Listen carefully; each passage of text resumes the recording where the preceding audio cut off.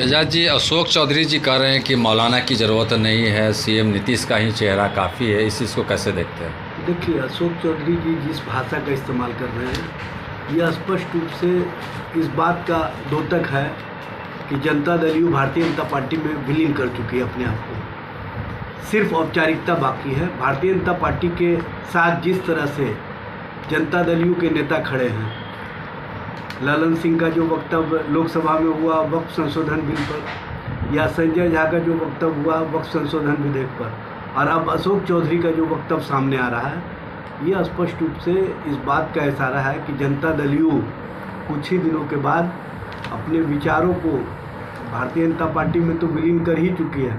अब औपचारिकता जो बाकी है उसको भी पूरा कर लेगी, और नीतीश कुमार को एलिमिनेट करने के लिए ये सब राजनीति कर रहे हैं। इन लोगों का एकमात्र मकसद है कि भारतीय जनता पार्टी की राजनीति को कैसे स्थापित किया जाए। भारतीय जनता पार्टी जो नेतृत्वहीन है, इन लोगों से कहीं ना कहीं सहायता मांग रही है कि हमारा नेतृत्व सामने आ जाए। लेकिन चाहे जितनी भी कवायद कर ले, चाहे जितनी भी कोशिश कर ले, बिहार की जनता इस बार डबल इंजन सरकार को स्वीकार करने के लिए तैयार नहीं है। और भारतीय जनता पार्टी जो नफरत की सौदागरी में सबसे आगे है, उस नफ़रत वाली भाषा बोलने वाले नेताओं को और नफरती बोलने वालों को इस तरह से धूल चटाएगी बिहार की जनता कि फिर वो नफरत की भाषा भूल जाएंगे। अमित शाह जी कह रहे हैं उन्हीं के नेतृत्व में चुनाव लड़ेंगे, और देखिए अश्विनी चौबे जी कह रहे हैं कि उनको प्रधानमंत्री बनाया जाए। अमित शाह जी ने जो बात कहा, शायद आप लोग संदर्भों को नहीं समझ पाए।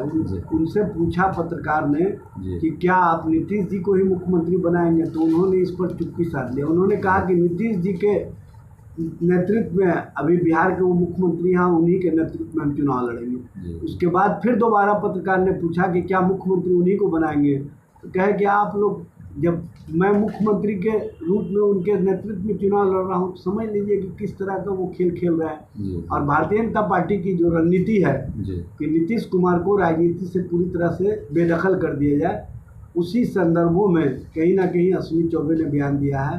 अश्विनी चौबे का बयान जो अमित शाह के बयान है उससे अलग हट करके इसलिए दिया गया है कि माहौल दूसरे तरह का बनता रहे, और बिहार में भारतीय जनता पार्टी कहीं ना कहीं जो चाहती है कि मेरा नेतृत्व सामने आए, उस नेतृत्व के प्रयास में ये लगे हुए हैं, और इसी नेतृत्व के प्रयास को कहीं ना कहीं आगे बढ़ाने का काम अश्विनी चौबे कर रहे हैं। जी, गिरिराज सिंह कह रहे हैं कि इसे जो है वक्फ को लेके जिस तरीके से आप लोग विरोध कर रहे हैं, वो कह रहे हैं कि तेजस्वी यादव मुसलमानों के गरीब वंचितों को हित नहीं चाहती है। इसके लिए सबसे पहले तो भारतीय जनता पार्टी का मतलब होता है मुस्लिम विरोध की राजनीति। भारतीय जनता पार्टी की पहचान है मुसलमानों का विरोध करना।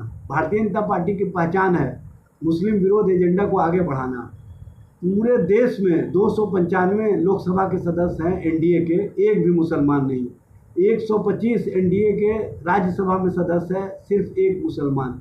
पूरे देश में 4000 से ऊपर जनप्रतिनिधि हैं, एमएलए एमएलसी या अन्य तरह के, उसमें सिर्फ एक उत्तर प्रदेश में मुसलमान एमएलसी है और वही मंत्री है। इस तरह से भारतीय जनता पार्टी मुसलमानों की हमदर्द कब से हो गई?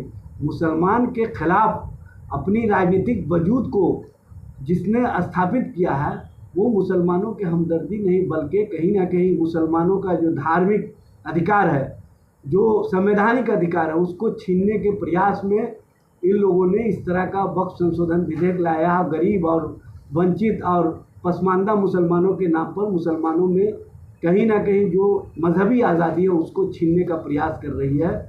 क्योंकि डायरेक्ट उनको पता है कि हम इस तरह से मजहबी आज़ादी को नहीं छीन सकते हैं, तो ये किस तरह से परसेप्शन खड़ा कर रहे हैं ये लोग देख रहे हैं, और मुसलमान सब कुछ समझते हैं। मुसलमानों को पता है कि जो हमारे वजूद से कहीं ना कहीं ख़तरा महसूस कर रहा है, वो हमारे पसमानदा वंचित होने पर हमारे साथ कैसे खड़ा हो जाएगा।